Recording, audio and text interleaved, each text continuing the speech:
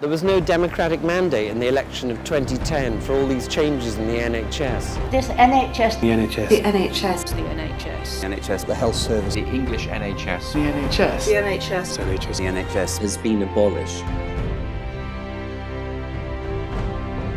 Different groups of NHS insiders in England are gathering right now to discuss what they know to be true. Some NHS doctors are deeply concerned that what appears normal on the surface has in fact undergone a tsunami of structural change, which now leaves the door of the NHS blown wide open to closure and privatisation. The NHS has been abolished, and what has taken place is a system modelled on the US, where care is delivered by for-profit companies who can also charge patients, and where NHS-funded care is increasingly restricted and reduced where charges increasingly apply. You are the people who've got clinical skills. You should be the decision makers. What's going on here is in the hands of bureaucrats. It is in the hands of bureaucrats. It's McKinsey, Deloitte, it's the wealthy people that are just stealing back this NHS that belongs to us. When the coalition came into power, the NHS was one of the most cost-effective popular health services in the world, thanks to an improvement in chronic underfunding. This was the figure I was given. £110 billion is how much is spent every year on the NHS. That means over £100 billion a year of your money is up for grabs.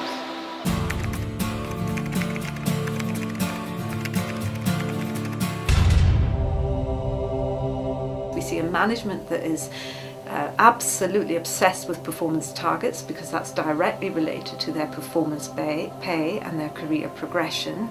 And so staff get more disillusioned, they're working harder and harder, and they forget what they're there for, which is patients. And the system is rotten, absolutely rotten.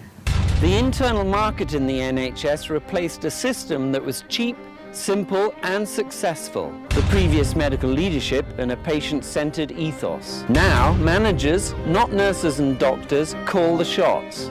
The whole concept and the implementation of the internal market was and is required for full privatisation and the takeover by US corporations to work. Would the creation of a market in the NHS have happened without Margaret Thatcher? It's absolutely where the narrative of the last 25 years begins. I think one of the most fascinating things about Thatcherism is the way it affected the Labour Party. And actually Margaret Thatcher herself said her greatest achievement in politics was Tony Blair and New Labour. He made a few public speeches on how the internal market was such a waste of money and time.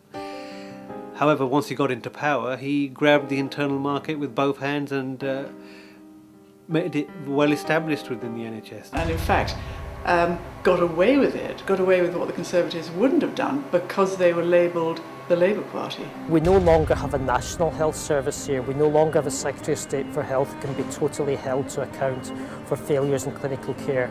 We're increasingly moving down an Americanisation of our health care.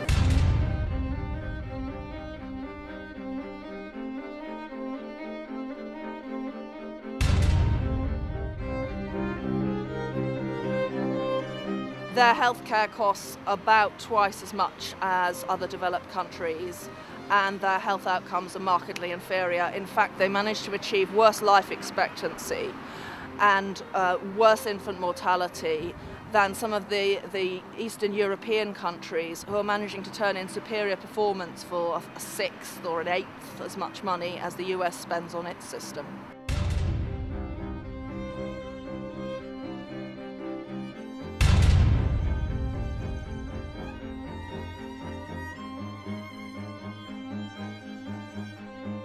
A fifth of the patients in America have no cover at all.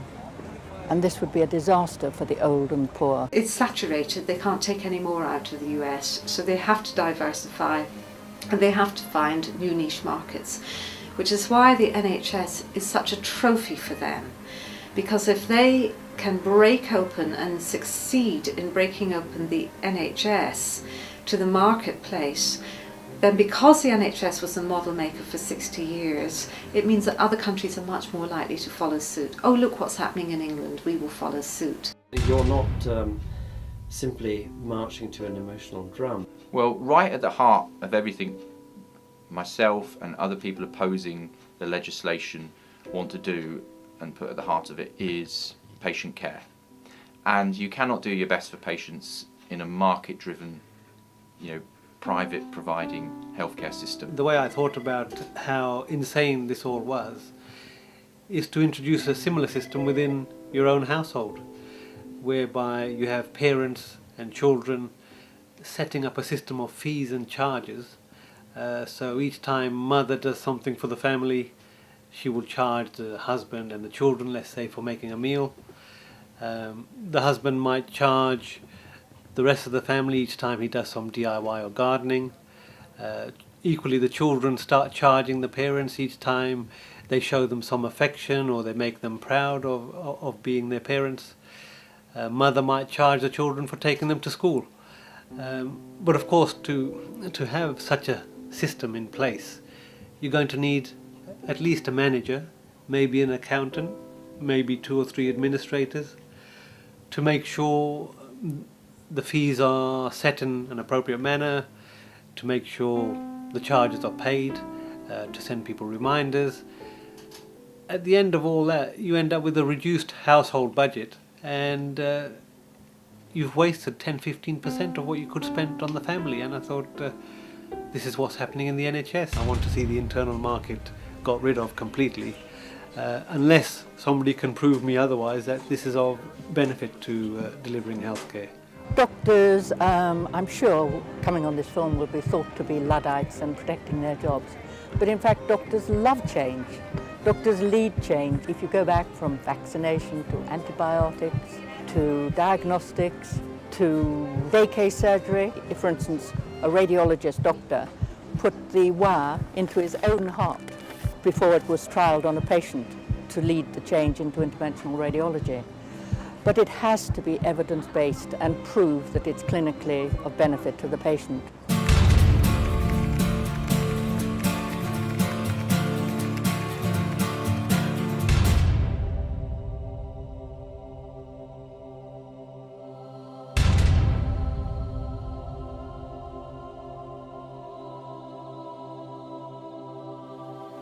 Most new hospitals today are built with private finance initiative money. Payments required even if a hospital closes. They spent over £11 billion. With that, they're going to have to pay back over £79 billion. Private companies are contracted to manage and complete projects, and these can last for the investor for up to 30 years. It is like going to a loan shark, and a good example of how money is being drained out of the system and redirected away from services to profiteers. PFIs are an expensive method of borrowing to deliver attractive, risk-free returns for investors, and the public still don't own the hospitals. These facilities built with this money are unreasonably protected, and their debt provides a way of justifying closures. PFI is, pernicious financial idiocy. It doesn't make any sense. It was a short-term answer to a long-term problem, and the taxpayers and the patients are suffering as a result. Most of the hospitals whose A&E services are currently under threat have neighbours who have large PFI debts. Do you think there's anything unethical about the PFI situation? Absolutely, I think I don't think it's at all unreasonable to describe it as scandalous and monstrous, and I think if the full extent of it was actually made public, it would be a national scandal. Profits can rise to as much as an 1100% rate of return. For every PFI hospital that's open and running, you could have had 3 hospitals open and running for the same price, and that includes the staffing as well.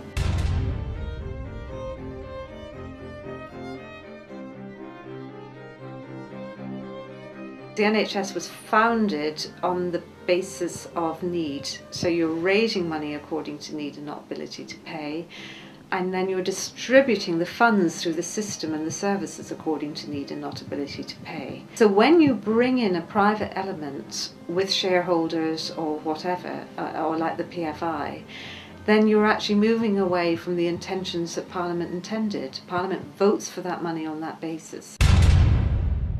It's the shutting down of cheaper to run publicly owned hospitals in favour of those with PFI debts. PFI is the best example where the banks are rebuilding their balance sheets on the back of PFI hospitals and schools. So money that's intended for services is going straight into the balance sheet of the banks and the investors. That's quite extraordinary, which means their children have appalling schools. They may have modern glitzy schools, but they're cramped, they don't have enough staff, and they don't have enough books, and the same is happening in hospitals. They wanted a guaranteed flow of public money underpinned by government. That is what the PFI was about. And can you do anything about the PFIs, or are they kind of fait accompli? Well, they're all signed, but nothing is ever irreversible depending on the political situation, as we know. So the first thing that a government that wanted to do would be to reopen all the contracts. And of course they're all commercial in confidence. And it's particularly pertinent at the moment because these contracts are subject to indexation, so they're rising with inflation at a time when budgets are falling for the NHS, and they're also part of this whole LIBOR interest rate scandal, interestingly enough, because you've got interest rate swaps and indexation swaps going on. And of course we're already seeing quite a lot of extra fatalities due to people having to be driven around by ambulance where their local A&E has been shut. So previously their lives would have been saved, and now they're dying in ambulances. The government are still pursuing PFI, either because their friends make a lot of money out of it, or because they're ideologically committed to this, or because they're stupid, quite frankly. Don't believe the latter.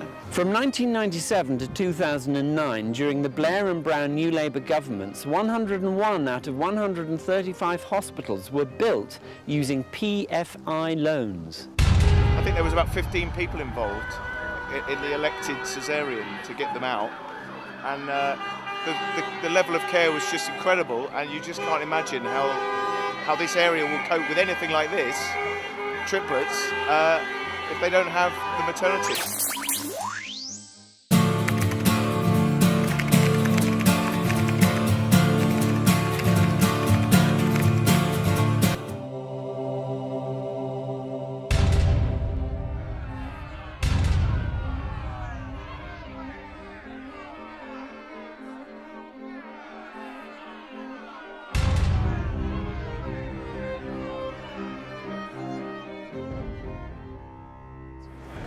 Many of the doctors I have spoken to here have told me that the founding principles of the NHS have, in their opinion, been betrayed by politicians. There was no democratic mandate in the election of 2010 for all these changes in the NHS.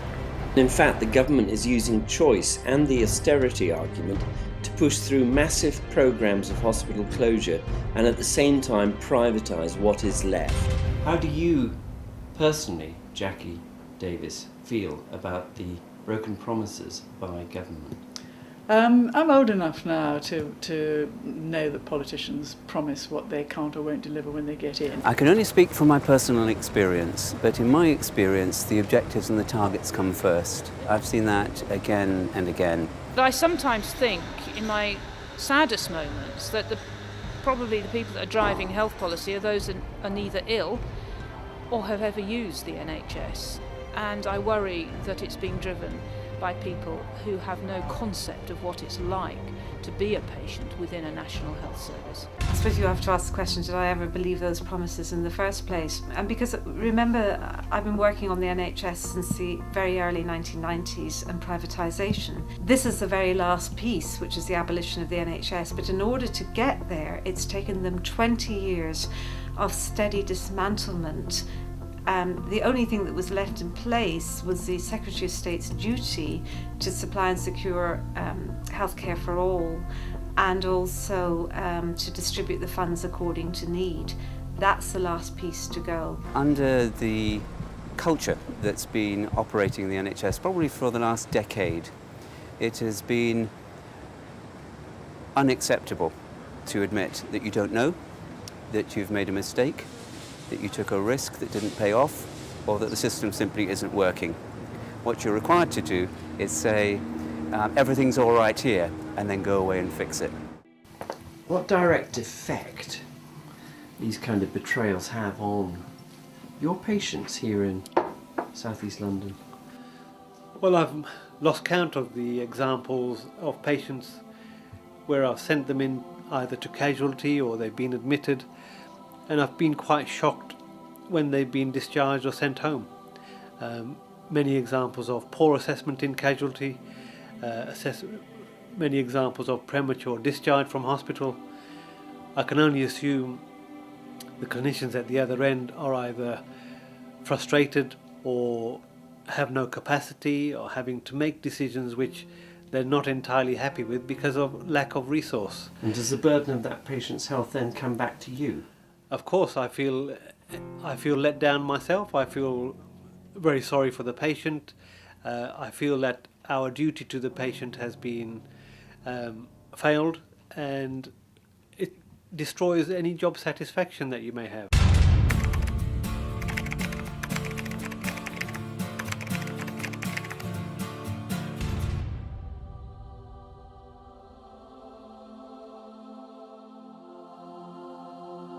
This Act enables private companies to hide behind the NHS logo. This Act means private companies will be able to pick off the easiest procedures. This Act will, through corporate lawyers, favour big business. One of the many things attributable to the Health and Social Care Act of 2012 is that it makes commissioning costly and complex. Private companies are already taking on commissioning roles in places such as Hounslow. And of course, expensive contracts will remove yet more money from patient care. This gigantic thing, size of 10 London telephone directories, is pulled out of the hat. Where did that come from? I don't think they wrote that between the time of winning the election. It has been argued that it is quite deliberate.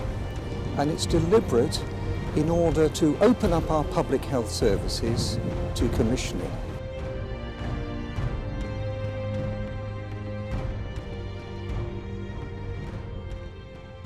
You are clinicians and you are up against a very legal framework, and in a sense you kind of need legal minds to assist you in your need to articulate what is going on. Do you feel underarmed in this struggle? I think the battle against this legislation was incredibly difficult for doctors because it was so technical and legal. It is something of enormous complexity which I suspect only corporate lawyers are going to be able to understand. In order to understand a bill of that size and magnitude, you need to have expertise in public law, constitutional law and commercial law, as well as health policy.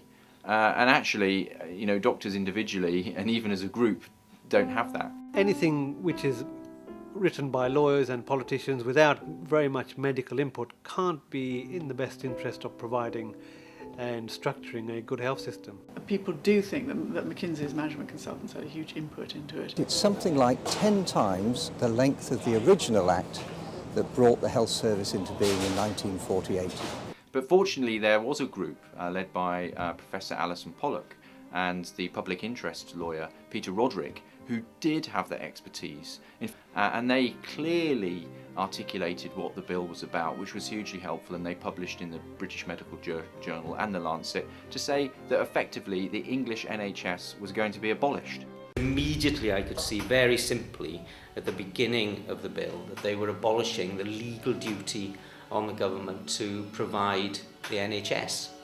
And I was shocked and thought, I can't believe they're doing this. Why isn't this out there in the news? There were an extraordinary number of briefings that came out explaining that this was the abolition of the NHS, that the duty on the Secretary of State to provide and secure healthcare was going, and that the democratic basis and legal basis for the NHS was being destroyed. I think a lot of people don't understand the significance of whether there is a legal duty or there isn't. And in the context of the NHS, it was the legal duty, if you like, was the seminal basis for everything that flowed from that. So you kind of cut you've untethered, if you like, the health service from the government. Should it be rewritten? I think it should be withdrawn. It was complicated to start with. It then got worse because there was a coalition, so the Lib Dems had to come in and put their oar in. And in fact, Nick Timmins, in his book Never Again, says that when the coalition was formed, Oliver Letwin, he who said there won't be an NHS 5 years after the Tories come in, and Danny Alexander, Orange Book Liberal, Democrat, got together and made something out of Lansley's proposals that would suit the Lib Dems, and Lansley was left out of the whole process. So Lansley's plans, which may well have been more coherent, were then rendered less coherent by Letwin and Alexander, and then even less coherent by all the amendments and changes, trivial that they were, that got piled on top of it as it got arm wrestled through, 2 years in Parliament or whatever it was. So it is now a hugely Byzantine mess. So it doesn't need to be rewritten, it needs to be scrapped. Ultimately for politicians, what seems to me to be more important, the most important thing for them is power, is not actually the issue. All the time, the desire to be the people making the decisions is going to trump whatever the issues are underneath that. One of the government's major tools is really public ignorance and professional apathy to drive through these ridiculous reforms, which will actually benefit no one but the commercial interests and perhaps politicians who will go on to serve on boards of these companies. British Rail was run down for some years systematically before the privatisation. And in fact, that is a standard privatisation strategy. It makes it easier. The expert on this is Oliver Letwin MP, and he has written a nice book called Privatising the World in 1988, and in that he sets out a number of important tactics for governments who are trying to privatise public services against the wishes of their population. And among them there are a couple of key steps. One is to restrict the budget so that the public service gets worse and worse and worse, and then privatisation can be represented as a step up, which of course in practice generally it is not. But if you make the public service bad enough, people will perceive it that way. So it's a deliberate policy. The full extent of the repercussions of the 2012 Health and Social Care Act are only just starting to be felt, and I think it's only in years to come that we will see the full impact of that, but certainly I know from my colleagues and fellow clinicians that they do feel that the impact is already being felt.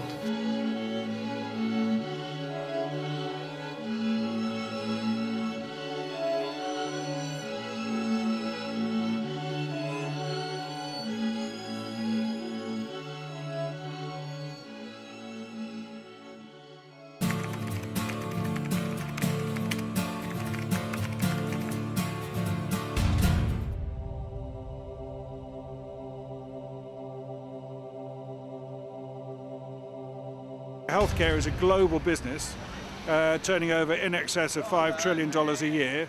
It's the world's biggest single employer, and it's going to have political ramifications. You're spending that much money, you've got that many people involved. If journalists aren't aware of that, then they can't really do a proper job reporting. There was a complete failure to report what the Health and Social Care Bill was about and what was at stake for the public. Some doctors have tried to tell me that the media are allowing to go unchallenged negative stories about the NHS originating, they say, from the Department of Health and health ministers. The British Household Survey of 2010 showed the highest ever satisfaction with the NHS. By not telling the whole story, only the negative one, we create a kind of bad propaganda. By not reporting the whole story, the media have not been reporting the good. They have not been keeping the records straight. The Commonwealth Fund, for example, a non-partisan US research organisation, found the NHS to be the best in the developed world, and the US, the model to which our politicians now aspire, the worst. And some pretty senior doctors have complained to me that no distinction is made when the service failure is provided by private provider companies, for example, night GP cover and the private breast implant scandal. Why is it that the media is no longer representing the public interest. I don't think that the media can come out of the bill and they act very well at all, I'm afraid. I just see the mainstream media as having swallowed the government line, and I don't learn anything from them, in many ways I feel quite sickened by the way the mainstream media behave, I'm afraid, around the bill and around the NHS and the government's political agenda generally. The media are bottom feeders. They need to create a story. Constant flux is a story, but they're never really concentrating on the quality of care. They don't understand it. They're never really interested in the patient. They're interested in political machinations, Punch and Judy, and that's how the media work. And they're not being paid to do the sorts of investigative journalism that there might have been 20 or 30 years ago. In fact, they don't actually have any sources inside the hospitals often. And it's difficult because newspapers have no resources. These stories can be legally complex. You can have patients who've really suffered, doctors who've really suffered. When they do get angry, when they see what's actually happened, my fear is it's going to be too late. You know, the wheels have already come off and you know, the horse has already bolted. So we really need to try and raise awareness right now. We don't come to work thinking, I'm going to do a bad day's work today, being told that your service is bad. When you're looking around, you're seeing everybody working really hard, and the vast majority of people are really happy with the service that they're getting. So it was a wicked, wicked thing to do. I've been working abroad for quite some time, and before I went away, the image I have of the NHS in the media is about angels. The nurses that are selfless and work so hard and make us well, and they care about us and look after us. And then I go abroad for a decade and a half delivering medical services overseas, and when I come back, the way the NHS is portrayed in the media is very, very different. Suddenly it's catastrophe after catastrophe, and every initiative that is put forward somehow seems to have the effect of further privatising the system.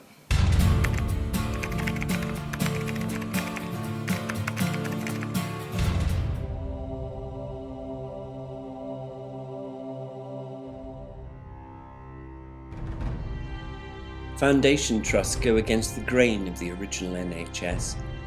Every hospital in England now must become an independent business entity. Breaking up hospitals into foundation trusts is essential to achieve privatisation. By breaking them up into small chunks, you make it easier to pick them off one by one. It is a form of concealed destruction. Divide and rule. Bankruptcy, what will happen then? I really do not understand the point of this target except to make hospitals independent organisations, not accountable to anybody except monitor.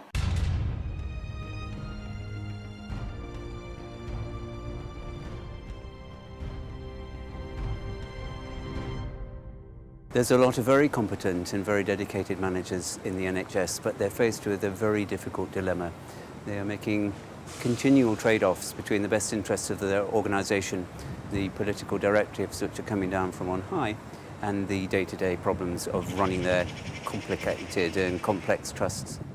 The reality of foundation trusts means allowing hospital trusts a degree of financial and other independence, which of course must have seemed very attractive to them. But the flip side of that is that they do run up large debts, and they can't be bailed out by the Department of Health. The use of language would have delighted Orwell.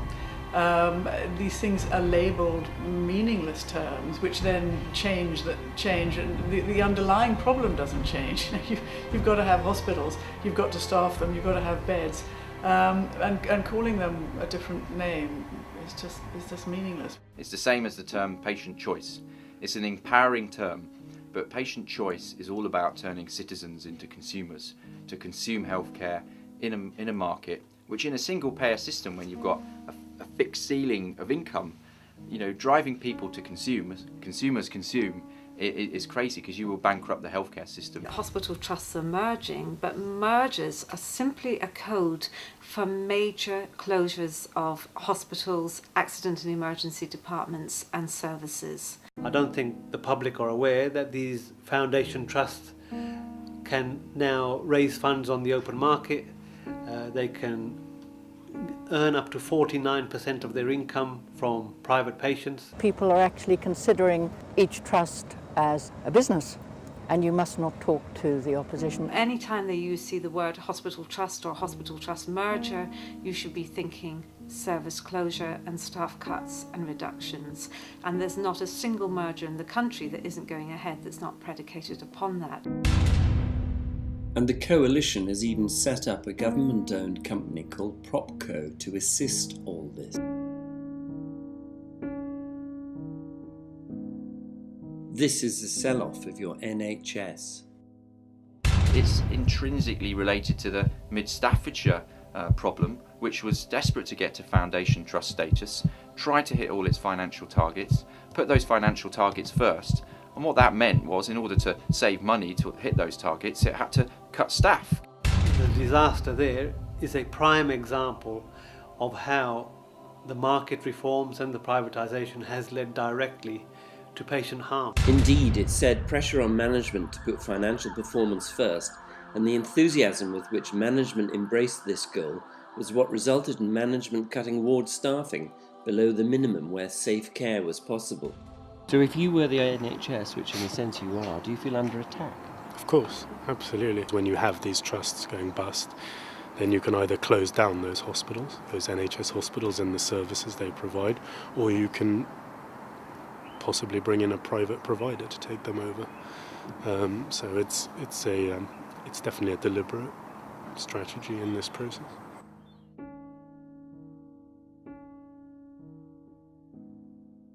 Patients will be starting to wonder when care is starting to be rationed, when finances are very tight. Is the doctor doing what's best for me, or are they prescribing that treatment or not prescribing that treatment because it's cheaper or it's too expensive? And that really undermines that trust, which is right at the heart of medicine, and that's what's embittering and angering so many doctors, because we feel it's just breaking the heart of the profession and that doctor-patient relationship, the social contract.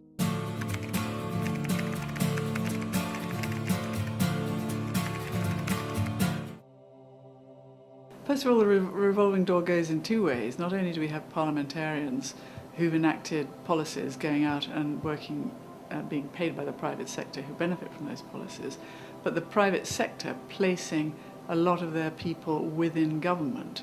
So, for instance, I think the Department of Health had a commercial directorate for a long time, which was almost entirely run by people put in there by outside private companies with an interest in the privatisation of public services, and particularly the big management consultants.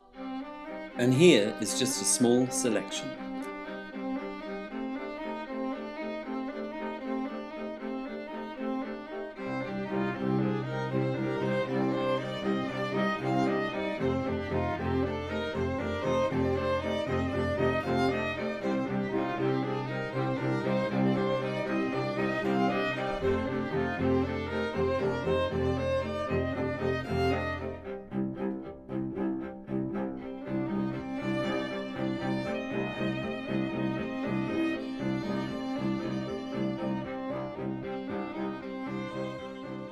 It's not right that a public sector worker high up in the Department of Health can be there one minute and then within months it could be working for the private sector. I mean, there are rules about that, but they don't always seem to be followed. These people are hugely influential and get paid a great deal of taxpayers' money to do that. How do you stop it? Well, the business of parliamentarians going out and benefiting financially from the policy decisions they've made could surely be dealt with by just putting a moratorium on them doing that for a certain period of time after they leave. It's actually bound to happen that you get a revolving door culture if you introduce the private sector into healthcare, simply because all these relationships occur. The pace at which the NHS is being privatised and marketised and outsourced and commercialised is happening very, very quickly, and it's been coupled with a hollowing out and closure of the public services. It's a complete subversion of the democratic process. It makes people very cynical, of course, about democracy when they see that nexus of power and influence. When the stench becomes so rotten, then you have to call it what it is. It's corruption with a capital C. The Gladstonian traditions of civil service and administration and proper functioning bureaucracies, they're all absolutely being destroyed at the moment. So everything is being outsourced. Patient data is being outsourced, the information systems on the public are being outsourced, even the census has been outsourced to an arms company, as it happens. And public don't know about this, so all the public functions are being eroded and destroyed, and we're actually moving into a really corrupt period where we're going to be no better than some of these third world countries which we sort of deride for having corrupt dictatorships. There are civil servants who are meant to scrutinise this stuff. There doesn't seem to be very much scrutiny going on.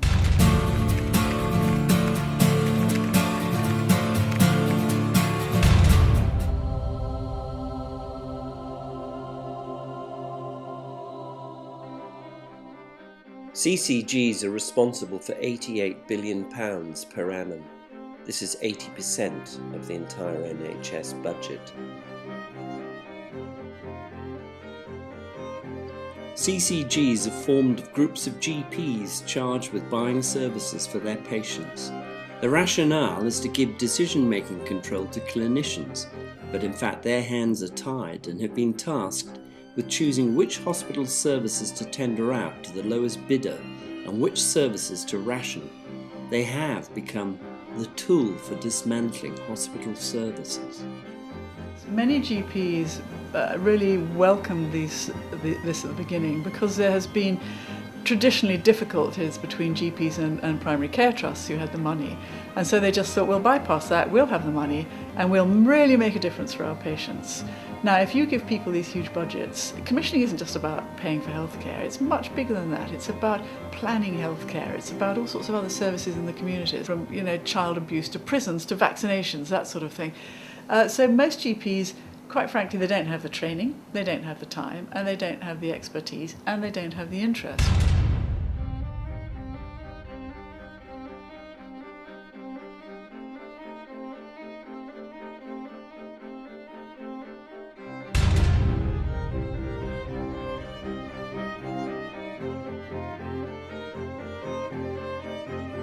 The fear is it will be the GP entrepreneur type who will be having all the power and making decisions which aren't really in the patient's interest. Structures that you need have been dismantled, and it's not in the CCG powers to put those structures back in place again. That leads us to the next question, which is, well, who will do the commissioning, and that's really an entry point again for the private sector. Many GPs have interests in private healthcare arrangements and will be referring to their patients to those. So we're going to have the private sector holding all that NHS money, doing the commissioning process and buying the NHS services from, guess who?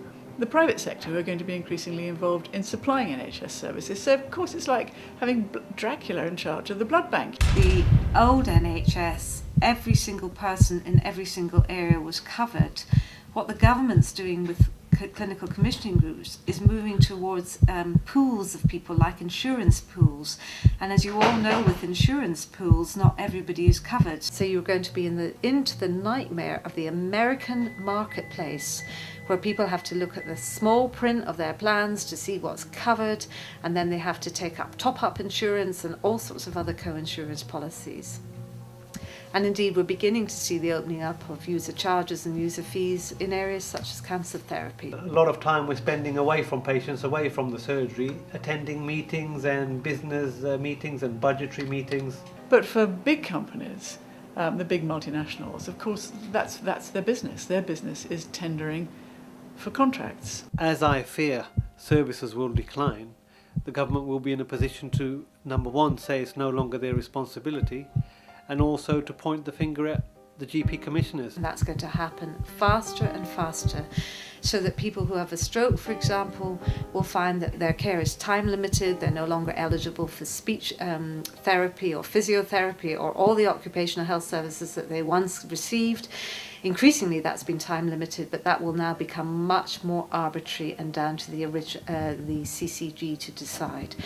The CCG and the providers have enormous discretion over who gets care, and that's the bottom line. GPs have not been empowered to improve services for their patients. They have been told to spend less money on patient care. Contracts are now awarded on lowest price. It is almost as if the GPs have been handed an axe and must decide now where it should fall. Sadly, many are leaving medical practice in the UK, creating a predictable workforce crisis.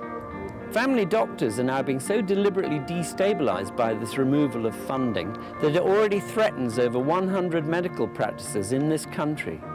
This is just the start. Because the doctors are in charge of the budget, or the GPs are in charge of the budget, and they do the rationing, they are going to have people standing in their surgery actually being quite violent. I mean, have GPs thought about that? Because that is what I can imagine could happen. You get somebody who is maybe not very educated, doesn't understand, and keeps pressing this doctor, and the doctor can't do anything.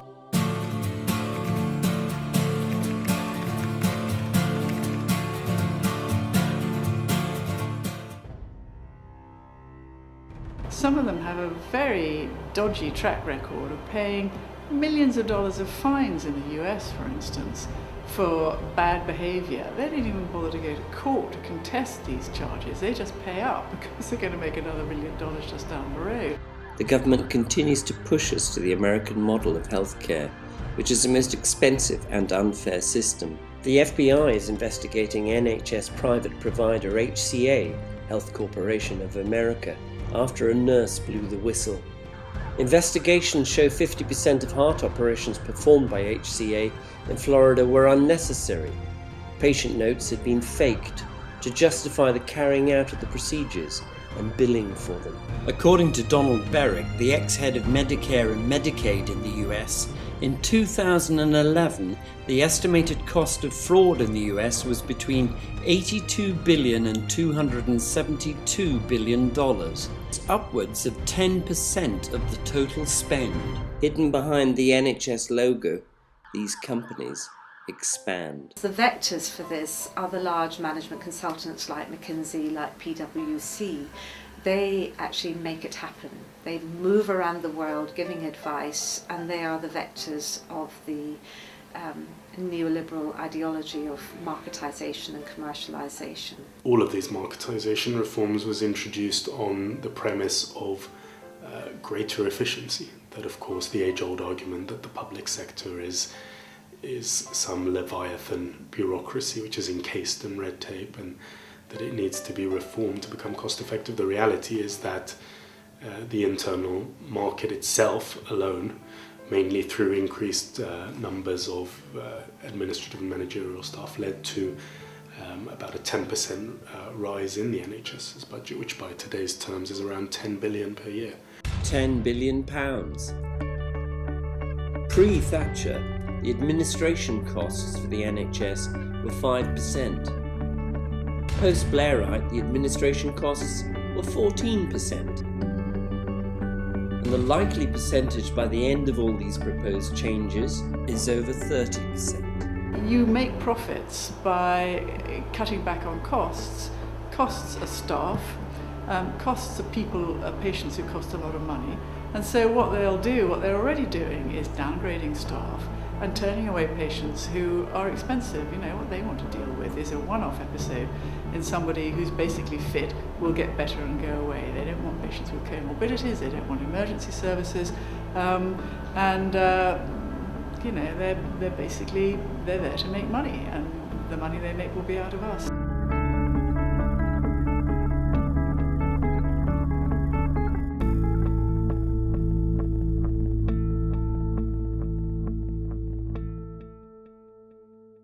I think you've got to see this as having been a very long-term project. And this is happening at all sorts of different levels. You've got the transatlantic flow from the civil servants and the Department of Health and the MPs and the ministers who go to the US and they are brainwashed. And then you've also got trade negotiations going on at the level of the WTO, the World Trade Organization, but also even in the EU, where in exchange for one set of, say, deals on agriculture, then countries will voluntarily liberalise and open up their services. Does it make you angry? Completely, yes, very angry, because it's something I believe most people who work within the NHS really value. It's a very civilising society. It treats people independent of their ability to pay, and you largely get the treatment you need. The government now is pursuing two strategies, a strategy of downsizing, closing down all the public services that we, the people, own and that belong to us. They're just closing that down, and at the same time they're transferring what remains to the private corporate sectors. And then we have TTIP.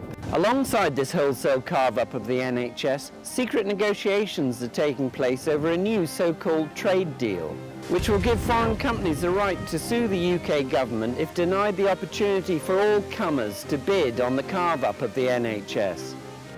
The government would be unable to block this. It would be out of their hands. It's all about removing regulations so companies can profit, and of course it also removes protection for those working for the NHS. And it will put corporate power on a par with government.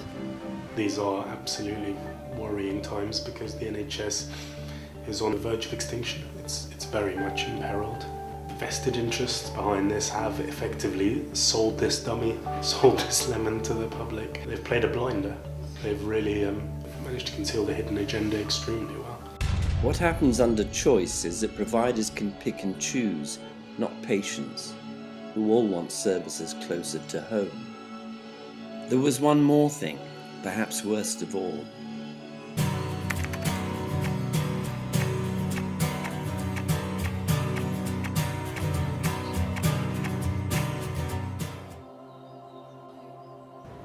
It is crucial, is it not, for any health service to allow employees to speak openly and freely about what they consider a risk to patient care. But huge amounts of money are being spent on gagging clauses and lawyers' fees to buy silence. Genuine concern is ignored, as we saw, again, in mid-Staffordshire, to protect government policy. The sorts of issues on which I raised concerns included patient safety, it included probity, it included gross inefficiencies and wasting of public money in ways which led to avoidable loss of benefit to the local population. Do you think there is such a thing going on whereby members of the NHS are unable to speak out for fear of retribution? Absolutely. There's absolutely no doubt about it. In a number of cases, I was told in no uncertain terms that I had stepped out of line. Having raised concern, it was now my job to keep quiet. I was not to raise it to publicly accountable bodies. I was not to take it anywhere else. That was it. That my duty as a manager was to the corporate team and to the corporate objectives and the targets of the day. My duties did not lie with the wider public. So who exactly is doing the intimidating? It's about the system being driven by the finances and not patient needs. So anybody who steps out of line with that system is brought into check, and it comes from the top. It comes from the chief executive of the NHS, who was David Nicholson, all the way down.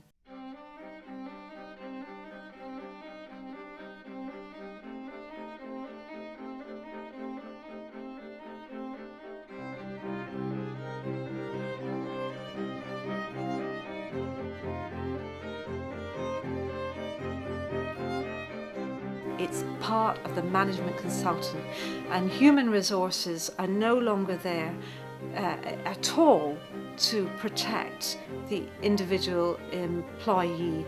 They're much more there to make sure that the will of management is being carried out. And you're seeing it because the idea of complaints being brought on people and people being put on long-term gardening leave, these are all tools and mechanisms. There's an armoury of different policies that trusts actually have at their disposal. And further up the chain of command, the imperative became shut down this awkward story. This is embarrassing, and causing embarrassment to ministers of whatever political colour was not acceptable. That was a higher order offence, if you like, than actually admitting that there was something that might be wasting public money or actually leading to harm for patients. In fact, the system is set up to keep us at bay. So what happens is, if you alert somebody to something, you'll be passed on to an investigator or you'll be passed on to a regulator, and then the feedback that you get is, we're going to wait until the outcome of this investigation. Then months later, after a very protracted and convoluted course, which is very, very difficult to keep track of, the conclusion will be that there's no case to answer or that things have moved on.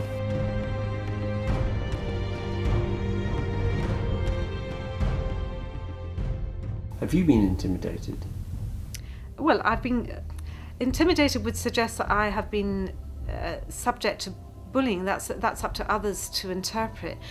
But I do remember when I was doing all the work on the private finance initiative, actually having the chairman of the trust phone me up at home one evening to ask me what I wanted. So that was the offer of a bribe. I was told by the press officer of a strategic health authority that I should reflect on the fate of the late Dr. David Kelly, who was found dead in a ditch with his wrists slashed, as an example of what happens to whistleblowers, that they come to no good, that they end up suicidal, or unfortunate things happen to them. It was an overt threat.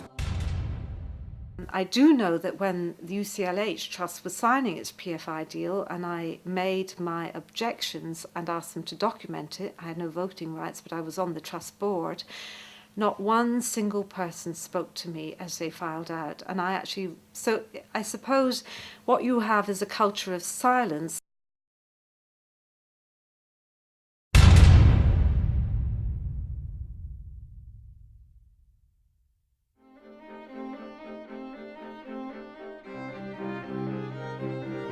The government reason for introducing all these changes and their explanations of what would happen if they did not introduce them was just a smokescreen. They said the NHS can't go on like this. Well, it can, and it should remain a universal, publicly funded, provided healthcare system which remains the envy of the world.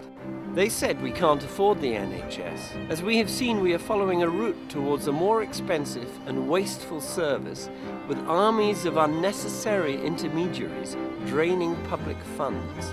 They said it will get rid of bureaucracy. However, the pursuit of the insurance route will only increase it.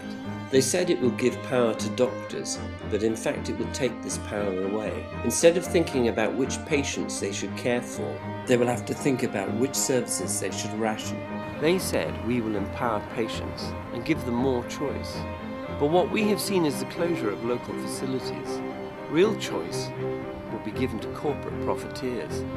They said there will be more transparency, but in fact there is less transparency. Public bodies are being replaced by business entities hiding behind commercial confidentiality clauses. They said there will be no decisions made about you without you, and yet they are now hiding behind Orwellian doublespeak. They said this is not the privatisation of the NHS. Well, what is it then when private companies are extracting profit from the sick for their shareholders? Patients, doctors, nurses, and the public at large have been systematically lied to by our political masters, who are doing the bidding, it would appear, for their corporate friends. All these tens of thousands of people out there who are now beginning to campaign and mobilise, it's very important that they sustain that momentum and keep informing and allowing the public to know what's happening. The huge changes that are sweeping in are neither proven to be clinical or financially beneficial. There's no piloting, there's no auditing.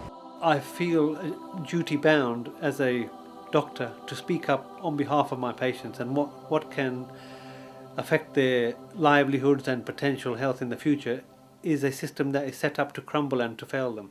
So in a sense you're simply doing your job. I see this as an extension of my job. I need to speak out when I feel patient care is being threatened on such a large scale. We need people to sit down, look at the whole business of purchaser-provider split in the NHS, the buying and selling of healthcare between different elements of the health service. It only happens in England. It doesn't happen in Scotland. It doesn't happen in Wales. They've turned their back on it because it doesn't work. And we need to say, this has been a 20-year costly failure. In fact, the Health Select Committee said this has been a 20-year costly failure. So why the hell are we doing it? This film began with very little knowledge on this filmmaker's part and what was really happening with the NHS. The doctors who approached me with their concerns are very committed people, but I was wary initially of what I might think. Yet all the points raised in this film I have seen with my own eyes, especially the failure of the media to report what is really going on. The doctors who approached me are right. We are losing something very special indeed. Something cheaper, fairer, and available to all, which you will not get with the private model, unless the public, people, speak out and do something about it, which I hope in a way this film has tried to do.